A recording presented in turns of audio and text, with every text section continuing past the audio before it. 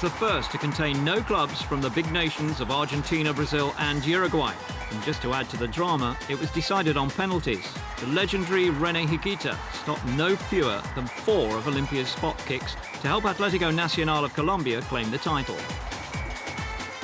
El Loco was amazing, just phenomenal. I've always said that he was the greatest of them all. He completely overhauled the classic concept of a goalkeeper. He said something prior to that final that stayed with us.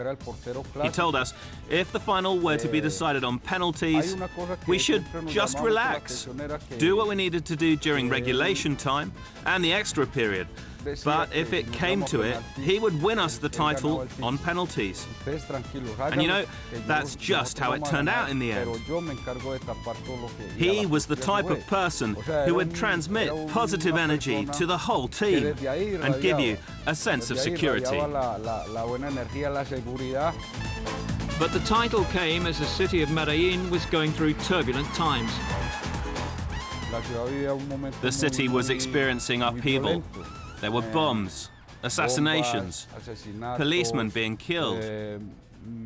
So because of that, the city was a little bit, well, not a little bit, it was extremely tense. And the only thing that provided even a slight respite from all of that was what we achieved on the football pitch. So many people valued our success way beyond its sporting context. The group of youngsters emerging from Atletico's youth system, moulded together by Francisco Maturana, made up the core of the Colombian national team that qualified for the first 2 World Cups of the 90s. But high expectations of the 94 squad, coupled with all that violence in Medellin, cost the life of one of their finest players. I remember all the hype around our campaign at USA 94 and all the expectations. In sporting terms, it was a total failure. But overall, Coach Maturana and later Coach Gomez left quite a legacy behind. As for Andres, it was the most significant moment in his short sporting career. He died aged 27. He still had a great deal to give our football. He lived his life with great happiness and satisfaction, and was very proud to represent his country. Santiago Escobar hails from the city of Medellin. He's the elder brother of Andres and has now returned to Colombia's second biggest city to once again take charge of Atletico. Medellin was once known as the most violent city in the world, the scene of turf wars between drug cartels. However, more than a decade of violence gradually came to an end as government initiatives started to make an impact, and now, with the militias disbanded, investment in the city and its football clubs has once again increased. The club is funded by a private company, which is regarded as one of the top 3 companies in Colombia. So it's a team that's properly managed as a business. We have a great sports complex, and our infrastructure, with respect to our playing fields, is unique in the country.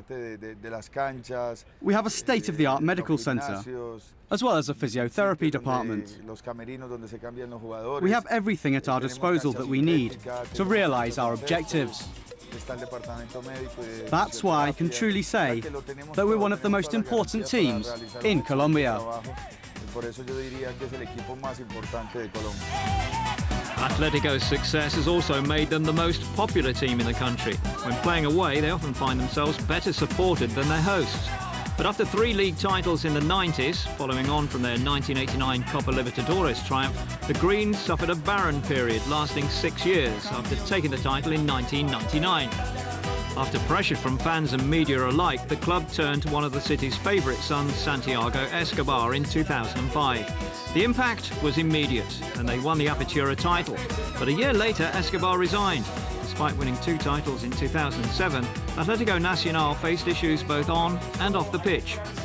They had a dip in form after those titles. They experimented with various options, but in reality the issues surrounding Atlético Nacional were all internal. Certain players formed cliques. They influenced key decisions and managed to get the coaches sacked. They weren't motivated and didn't want to work hard. Finally, the management made the wise decision earlier this year to bring back Santiago Escobar, someone who'd previously had success there. With plenty of support from the locals, Escobar went back to the drawing board. His first priority was to revive the club's youth programs, and former players like Jaime Arango were brought in following the model established in the mid-80s by then head coach Francisco Maturana. A large number of Colombia's most famous stars emerged from the Atlético Nacional system. René Higuita, Faustino Esprilla, Ivan Córdoba, Juan Pablo Angel and Andrés Escobar, to name just a few. Escobar's main task was to revive the senior side's fortunes on the field. Even with 2 championships available per year, Atlético Nacional had now gone without a title in 8 attempts. Within 6 months, Escobar had achieved his objectives. The team became Apertura champions after overcoming La Equidad of Bogotá on penalties. Perhaps the injection of young blood into the squad was instrumental in their successful campaign. We had a rollercoaster run during the last championship.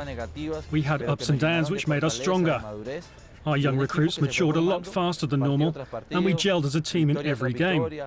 Each win brought us closer together as a group, but we also learned from the defeats we suffered along the way. It was our solidarity that saw us through. All that led us to our title. Many of our newer and younger recruits tasted real success for the first time, and the veterans like me enjoyed winning another title. Now we want to build on what we've achieved. Of course, the season's second league campaign starts almost immediately. The Apertura is concluded, and Atletico's title defence is now underway. The regular season concludes in late November, and the playoffs finish just before Christmas. But while winning another domestic title is important, the club is now preparing to challenge for something much bigger. We're working to build a very competitive team for next year. But we can't wait until December to make all the necessary changes to our playing personnel by bringing in new faces. The club's executive committee is working closely with the technical staff to create a strong squad, so we'll be a serious contender in next year's Copa Libertadores. We really want to win the Copa for a second time. Since that groundbreaking victory in 1989, only one other Colombian side, Once Caldas, has claimed South America's most coveted club prize.